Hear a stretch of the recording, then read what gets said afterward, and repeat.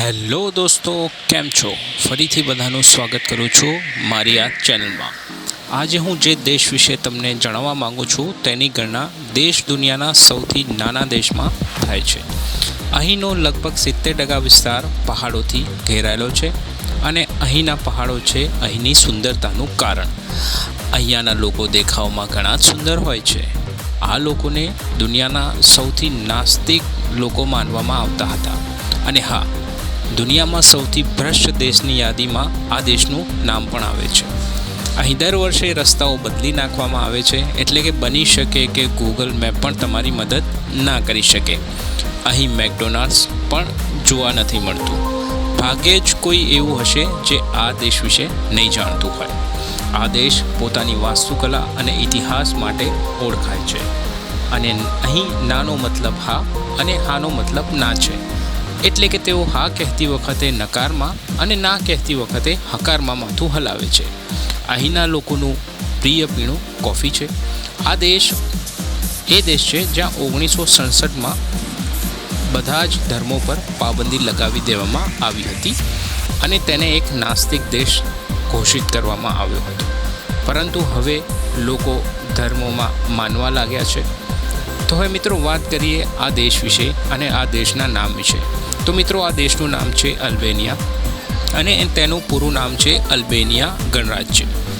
દક્ષિણ પૂર્વ યુરોપમાં સ્થિત એક ખૂબ જ સુંદર દેશ. તેની ઉત્તર પશ્ચિમમાં મોન્ટેનેગ્રો, ઉત્તર પૂર્વમાં કોસોવો, પૂર્વમાં ઉત્તર મેસેડોનિયા અને દક્ષિણમાં ગ્રીસ સાથે જમીનની સરહદો આવેલી છે. આ દેશ પહાડોથી ઘેરાયેલો છે અને ખૂબ જ સુંદર છે. પરંતુ આનો ઇતિહાસ સંઘર્ષપૂર્ણ રહ્યો છે. 1939માં ઇટાલી અને 1943માં જર્મનીએ આ દેશ પર હુમલો કર્યો હતો અને 1944ના જર્મનીના ગયા પછી આ દેશ આઝાદ થયો. મિત્રો, તમને જાણીને નવાઈ લાગશે, 1967માં બધા જ ધર્મો પર પાબંદી લગાવી દેવામાં આવી હતી અને તેને એક નાસ્તિક દેશ તરીકે ઘોષિત કરવામાં આવ્યો હતો. અહીંયા ચર્ચ, મસ્જિદ અને બીજા ધાર્મિક સ્થાનો પર સેનાએ કબજો કરી લીધો હતો. હવેની વાત કરીએ તો હવે આ સમય બદલાયો છે. રાજકીય સ્થિરતાની સાથે સમય બદલાતા લોકોને પોતાના ધર્મને મનાવવાની છૂટ છે. બોસ્ટન યુનિવર્સિટી 2020ના વર્લ્ડ રિલિજન ડેટા મુજબ આ દેશમાં મુસ્લિમોની વસ્તી આશરે 59%, ખ્રિસ્તીઓની 38%, નાસ્તિક 2.5% અને બહાઈ 0.6% છે. જેથી તમે આને મુસ્લિમ બહુમતીવાળો દેશ કહી શકો છો. 2015માં અહીંને સૌથી ખતરનાક દેશને શ્રેણીમાં રાખવામાં આવ્યો હતો, જેનું કારણ હતું કુદરતી હોનારતો. 2010માં ભીષણ પૂર આવ્યું, જેના લીધે 7,000 કરતાં પણ વધારે અલ્બેનિયન લોકોના મૃત્યુ થયા હતા.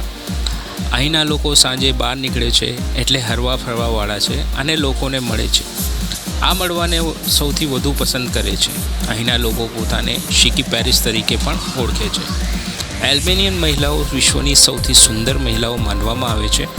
તેઓ તેમના ઘેરા વાળ અને આંખો માટે જાણીતી છે.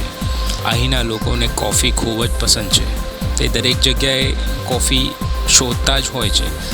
તમને અહીં દરેક જગ્યાએ કોફીની દુકાનો જોવા મળશે અને એની સાથે લોકોને ધૂમ્રપાન કરવું પણ ખૂબ જ ગમે છે. દુનિયાના મુખ્ય 5 ધૂમ્રપાન કરનાર દેશોમાં અલ્બેનિયા પણ આવે છે. મિત્રો, તમને એક અગત્યની વાત કહેવી હતી કે અહીં સ્પીડ બોટ પર પહેલાં પાબંદી હતી. આ એક અચરજ પમાડે એવી વાત છે. જી હા, અહીં સ્પીડ બોટ પર પાબંદી લગાવવામાં આવી હતી. તેનું કારણ ડ્રગ્સ અને બિનકાયદેસર રીતે થયું સ્થળાંતર. જો કે 2012 પછી તેને હટાવી દેવામાં આવી હતી. અહીંના ઘણા રૂઢિચુસ્ત લોકો અને ઘણા લોકો અંધવિશ્વાસુ છે.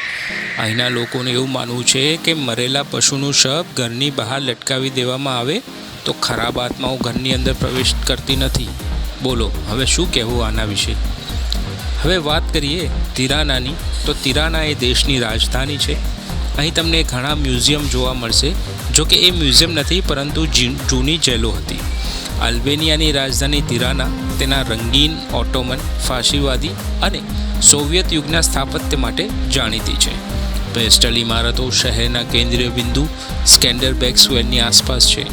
સ્ક્વેરના ઉત્તર છેડે આધુનિકતાવાદી નેશનલ હિસ્ટ્રી મ્યુઝિયમ છે, જે પ્રાગૈતિહાસિક સમયને સામ્યવાદી શાસન અને 1990ના દાયકાના સામ્યવાદી વિરોધી બળવાને આવરી લે છે.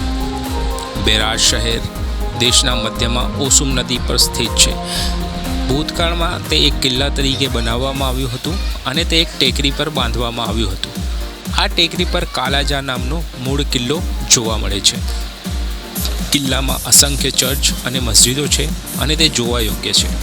બેરાટને 1000 બારીઓનું શહેર પણ કહેવામાં આવે છે, કારણ કે સામાન્ય ઘરોમાં બારીનો આગળનો ભાગ વિશાળ હોય છે. આ વિન્ડો શહેરની સ્કાયલાઇન ડિઝાઇન કરે છે. વ્હાઇટ હાઉસ એ શહેરનો મૂળ દેખાવ જાળવી રાખવા માટે લિસ્ટેડ છે. 1961માં બેરાટને સંગ્રહાલયોનું શહેર તરીકે પસંદ કરવામાં આવ્યું હતું અને તેથી તે ઇતિહાસ અને સંસ્કૃતિને પ્રેમ કરનારાઓ માટે એક શ્રેષ્ઠ સ્થળ માનવામાં આવે છે.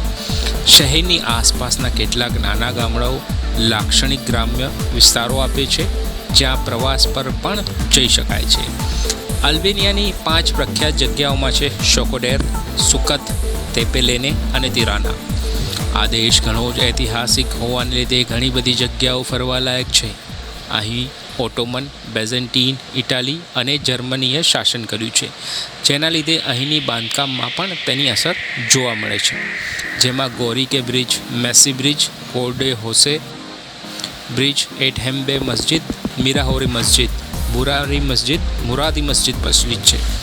ખાનપાનમાં અને દેશના લોકો ફળો, શાકભાજી, ડેરીની આઇટમ, માછલી અને ઓલિવ ઓઇલનું સેવન વધારે કરે છે.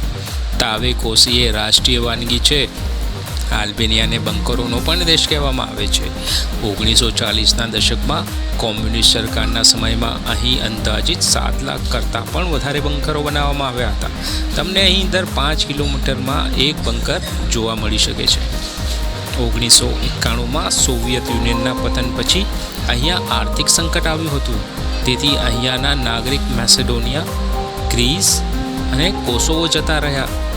ભારતના પ્રસિદ્ધ મધર ટેરેસા મેસેડોનિયાથી હતા, જે રીતે મૂળ અલ્બેનિયાના હતા, જે એકમાત્ર અલ્બેનિયા હતા જેમને નોબેલ પ્રાઇઝ મળ્યું હતું. અહીંની જનસંખ્યા અંદાજિત 28 લાખ માનવામાં આવે છે. અહીં દુનિયામાં સૌથી વધારે લોકો ભણેલા છે, જેથી અહીં સાક્ષરતાનો દર 98% જેટલો ઊંચો છે. અલ્બેનિયાની અર્થવ્યવસ્થામાં સેવાઓનો ફાળો અંદાજિત 54%, ખેતીનો 21% અને ઉદ્યોગોનો ફાળો 25%ની આસપાસ છે. સેવાઓમાં ગ્રાહકોને અસંખ્ય પ્રકારની સેવાઓનું માર્કેટિંગ કરે છે, જેમ કે ખોરાક, વ્યક્તિગત સંભાળ, મનોરંજન, બેન્કિંગ, વીમો, પરિવહન, કન્સલ્ટન્સી, પ્રવાસન, ઓફિસ સેવાઓ, વ્યવસાયિક સેવાઓ, નાણાં મંત્રાલય અને અન્ય માન્ય સંસ્થાઓ વગેરે. દેશમાં મુખ્ય કૃષિ ઉત્પાદનોમાં તમાકુ, અંજીર, ઓલિવ, ઘઉં, મકાઈ, બટાકા, શાકભાજી, ફળો, બીટ, દ્રાક્ષ, માંસ, મધ અને ડેરી ઉત્પાદનો સાથે ઔષધીય અને સુગંધિત છોડ છે. અને ઔદ્યોગિક ઉત્પાદનોમાં ખોરાક અને પીણા, મકાન સામગ્રી, પેટ્રોલિયમ, કાપડ અને સિમેન્ટ અગ્રણી ઉત્પાદકો છે. અલ્બેનિયાના જીડીપીમાં બાંધકામનો હિસ્સો અંદાજિત લગભગ 8મા ભાગનો છે. અહીંનું ચલણ અલ્બેનિયન લેક છે, જે અંદાજિત આપણા રૂપિયાની કિંમતની આજુબાજુ હોય છે. તો મિત્રો, કેવી લાગી તમને આ વિડીયો?